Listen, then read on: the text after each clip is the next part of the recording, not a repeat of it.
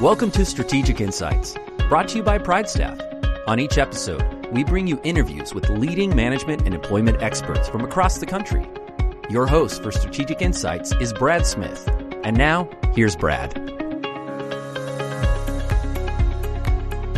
Hello, and thank you so much for listening in to Strategic Insights from PrideStaff. I'm your host, Brad, and we have a great episode lined up for you. We're going to talk today about candidate engagement, why it's so vitally important if you want to recruit top talent. Our guest today is Pankaj Jindal, co-founder of Sense, a leading talent engagement platform. Pankaj is going to share ways that we can improve the entire candidate experience, recruit, and retain top performers to give our organizations a competitive advantage. Pankaj, thank you so much for joining us today. Brad, thank you for having me. It's a pleasure to be here. Pankaj, you have some amazing deep experience in recruitment and strategic workforce management. So before we jump into the episode, could you give our listeners maybe a little bit of background in your history and really what led up to you starting Sense? Yeah, no, absolutely. Well, first of all, as most people in the staffing industry would tell you, I got into staffing by accident, but it was one of the best decisions of my life. I started my first staffing company in Seattle back when I was 23 years old. Ran that company for about 12 years. That grew up to be one of the most successful companies in that area. In fact, every year I was there, we won the SIA Best Place to Work For and Best Place to Temp For award. So after I ran that company for 12 years, we exited out of that.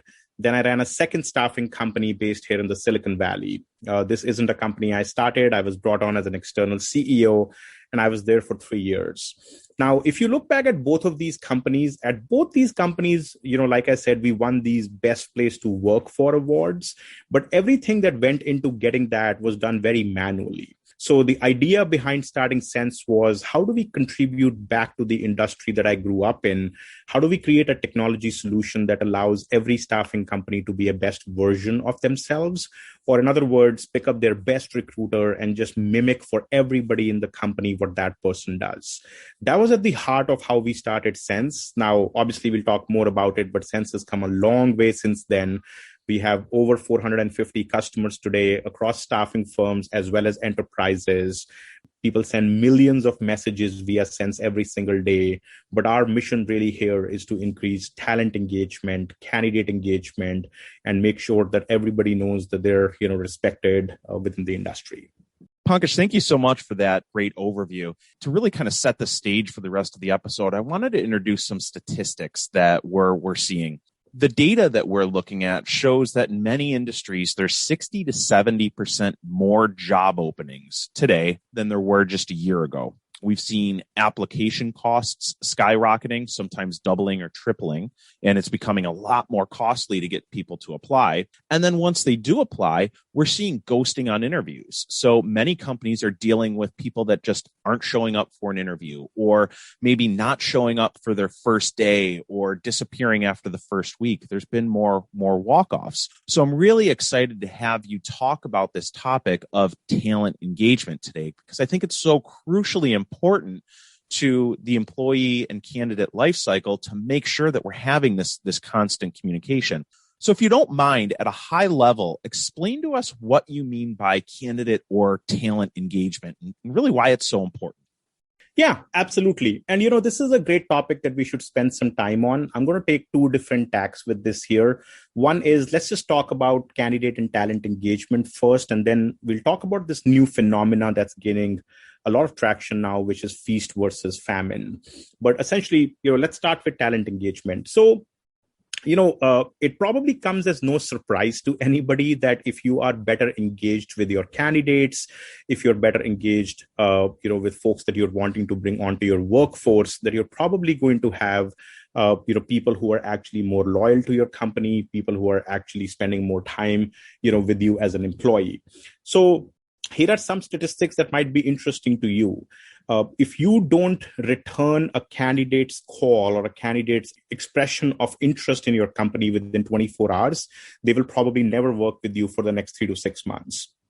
a lot of people would just get turned off by the fact that they never heard anything back from a company. Now, if you think about it, that's one of the things that every talent acquisition organization has to solve, which is 100% of the people should immediately be responded to, should at least get a notification that their application has been received, and set up some sort of expectations for next steps.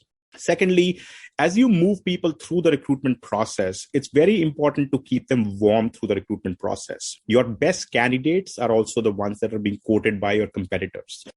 They're the ones who are getting 4 or 5 phone calls. So if they aren't hearing from you for 24, 48 hours, they're likely to start considering other options. One of the things that we've tried to solve at Sense, for example, is exactly that. You can build a cadence-based automated journey that will give every candidate the same white glove experience that you either want them to have or that your best recruiter is giving today. What that means is somebody applies to you, you instantly send them a notification saying, thank you for applying. You may even follow it up with a video from your CEO saying, here are the values of our company. Here is how we treat our people. So excited you want to work with us.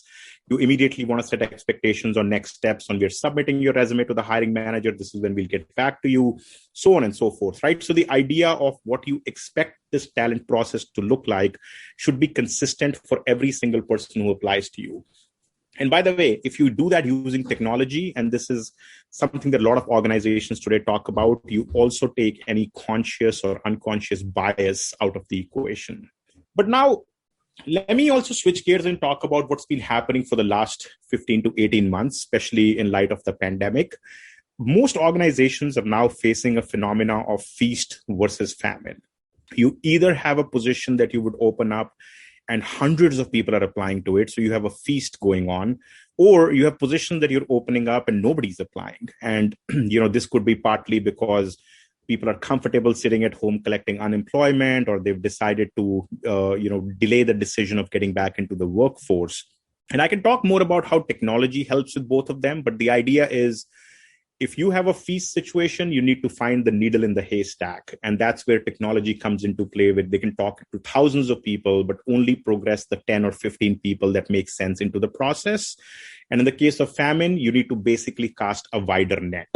You're not able to have 10 applicants and find the right person. So you need 1,000 applicants, and technology can help you cast a wider net. So happy to talk more about that. But those are, I think, the two phenomena that we experience a lot. And as you increase talent engagement, ghosting goes down, your cost per hire goes down. We've seen cost per hire with some of our customers reduced by 40 to 50%, simply because you're essentially giving the same consistent experience to everybody. And we'll also talk about a phenomena called rehire or redeploy, which means your cost per hire goes dramatically down because you're taking the people that you currently have and making sure that they can be assigned to different roles. Pankaj, that stat you shared of getting back to a candidate within 24 hours is really eye-opening, because if you think about the volume of hiring that most organizations do, even if you're in that famine situation or the feast situation, being able to reach out to that number of people within 24 hours isn't humanly possible for one hiring manager. So leveraging technology like Sense, I think, is vitally important to make sure that you maintain a great employment brand and don't turn candidates off. So Pankaj, some employment analysts are predicting a lot more turnover and job shifting in the next year or two. What are you seeing in the market, and how can companies best prepare their workforces to make sure that this talent crunch and this talent shift in turnover don't negatively impact their organization?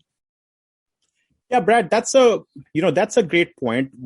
Everything that you just said is exactly what we are seeing in the marketplace. Including our own company, we've seen 20 to 30% of the people that have relocated, that have opted out of working in the office to being remote or working in a hybrid situation. So there are definitely macro changes that are coming within the workforce. Now, the best prepared companies that we see are the ones that are getting ahead of these changes, and they're embracing these changes right away. Several of them have changed their working models to be hybrid. Several of them have changed their meetings to be fully recorded, fully virtual, to make sure that every piece of information is being disseminated within the organization. But I keep coming back to engagement, I think, being the silver bullet here. As your workforce changes, if you are able to essentially keep everybody on the same page, because every single person, every single constituent is getting the same exact information, and that information is being disseminated automatically, you're going to have a workforce that is more and more engaged. So I'll give you an example of some of our customers where they've gone from having 1,000 to 2,000 of workers on site to having all of them go remote. Now, these are the folks who immediately embrace technology because they realize that digital transformation is no longer a nice to have, it's a must have. They just had to transform their tech stack to make sure that they're asking people, hey, how's your day going? How's your week going? Is there anything we can do to help you? What, do you need any IT support? So just the idea of engaging with people, but also getting accustomed to the fact that they're sitting in many different locations is the one thing that I think can really help organizations. Pankaj, you've already made a compelling case for talent engagement. But what are some of the recruiting or hiring pains that companies will see if they don't have a strong, proactive engagement plan or are not working with a staffing provider that understands this or has a strategy and tech stack in place? Yeah, absolutely. I mean, by the way, this is the one place where PrideStaff, in my mind, shines as a company. They have always been very technology forward. They've probably used every single product that Sense has put out there as an early adopter. And which is why, when you look at a company at the scale of PrideStaff with, almost 100 franchise offices and thousands of employees, they still maintain a net promoter score that is in the high 70s. They're redeploying people. They're redeploying 30,000 people every year. That speaks volume to how they're running this business, because there are tens of thousands of people who are finishing their assignments and wanting to come back to do a subsequent assignment. So first of all, there should be no confusion about the fact that a lot of that is being enabled by technology, because the way PrideStaff communicates with its people, it's all one logo, one brand image, one tone of voice, one marketing message. So you actually come across as a very consistent company and you look much bigger than you actually are. And then secondly, to your first part about what other challenges you're going to face, every single thing that we today advocate against, right? I mean, people are going to accept an offer, but not start. You're going to have a higher drop-off rate after somebody accepts an offer because you weren't properly engaged with, you didn't get enough information on what your commute might look like, what your benefits might look like. Then you might start, but you may not finish the assignment. People are going to leave in the middle because, again, there wasn't enough communication around, what's your project going to look like, what are expectations from you, what was your experience in the first 5 or 7 days. These people were just in the job market. They can just as easily go and find and work someplace else. And then lastly, this is somewhat of a vicious circle, because if you don't take care of your talent, your net promoter score keeps going down, your Glassdoor ratings keep going down, which means better candidates stop applying to you. So slowly, you actually start getting not the best candidates, which actually leads to an overall decline in your performance as well as candidate engagement. Now, Pankaj, I want to set the benchmark here a little bit. You mentioned that PrideStaff's NPS score is in the high 70s. When you look at an NPS score, a net promoter score, you often find that a net promoter score that's higher than 30 means your company is doing rather well at engaging with talent and engaging with customers. An NPS of 70 is really world-class, isn't it? That is absolutely correct. The average for the staffing industry as a whole is 21. So if you had a net promoter score that was north of 21, you're doing better than average. When we see our customers get into the 30 to 40 net promoter score, you're doing pretty well, because at that point you're saying, hey, 4 out of every 10 people really like us, and the other 5 or 6 people are, neutral about us. But to get a net promoter score that is in the 70s, especially at the scale at which PrideStaff operates, is just absolutely exceptional. I'm going to say we probably have less than 1% of our customers at that scale that operate at that net promoter score, because it literally means pretty much 7 to 8 people out of every 10 people are saying, I would recommend this place as a great place to work to my friends, to my family, to my colleagues. And, to your previous question, Brad, that's exactly how good people get more good people into the company, and you just keep, uplifting the firm. Pankaj, if you don't mind, let's talk a little bit about the candidate experience throughout the entire hiring cycle. Yeah. What should a company do to provide just a better experience? You mentioned earlier you need to get back to people within 24 hours, but then what? Yeah, so I think in my mind, the key word here is consistency. You set expectations with the candidate upfront and you make sure that you live up to those expectations. I can give you dozens and dozens of examples of cool things that companies do today to engage with candidates. But the number one thing here is set expectations and then meet those expectations, if you can't exceed them. So if you think about it, engagement starts right from the very first touch point with the candidate. Somebody reached out to you. You immediately should follow back up with, thank you for your interest. This is our process. We'll be back in touch with you in 24 hours, 48 hours, so on and so forth. Even better, you could automatically send them a link which can take them to a conversational assistant or chatbots as they're called right now. So you can just send them a link to a chatbot. They can click on it. They can automatically get a pre-screening done and they can automatically know this company is going to be moving forward with me. I'm going to have a conversation with a recruiter. So that's step one, right as somebody reached out to you. Then you do that promised conversation with the recruiter, which by the way, again, with the use of technology, this candidate can automatically schedule with your recruiter. And when you do that, you figure out a way to tell this person, these are exactly the jobs we'll be submitting you at. And this is our expectation on how long it takes to get responses back from there. And if your responses come back, great. If they don't, you still need to keep sending them messages in a cadence that says, we still haven't heard from this hiring manager, but you are in the process. So, this is what we recommend in the application process. Now, there will come a time that somebody actually gets called for an interview. And maybe it's an in-person interview, maybe it's virtual. But if there is an interview, then you absolutely have to handhold this candidate through the interview process. This is the time when you have your interview. If it's in person, this is where you need to show up. This is the dress code. These are some things for you to keep in mind. Here is the LinkedIn profile of the hiring manager, so you can read a little bit more about them. Just prep the candidate and make sure you come across as they're confident in this entire process. If this person gets hired, then starts your pre-onboarding, if you will.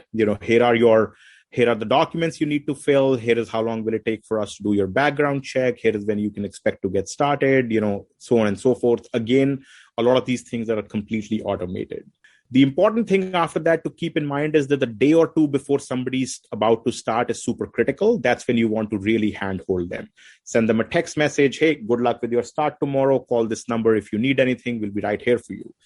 And then on the first day, it's also super important because we see a lot of people join their assignment, go into a new job, find out they didn't have an email ready. There wasn't a desk for them. There wasn't a supervisor. They were just sitting around twiddling their thumbs.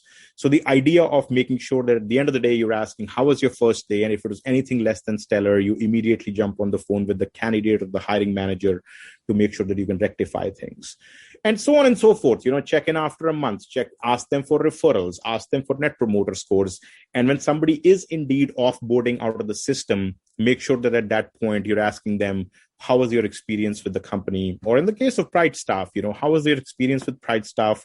Would you work with us again? Would you refer other people over to us? And I think that's where companies like PrideStaff really shine. So we have documented recipes, what we call them, hundreds and hundreds of them for companies to understand how they can actually do this engagement that I just went through with you. So you've got workflows for each of those processes that leverage technology and mix in human interaction, right? That's exactly right. So the idea is not to replace humans, but the idea is to bring them into high value conversations when they actually need to talk to a human being. So everything that I just went through, you would see these recipes documented that says, do this on day 1, day 3, day 7, day 10, then have a recruiter make a phone call, then do this, then have a recruiter send an email, so on and so forth. And we have hundreds of these that are already documented.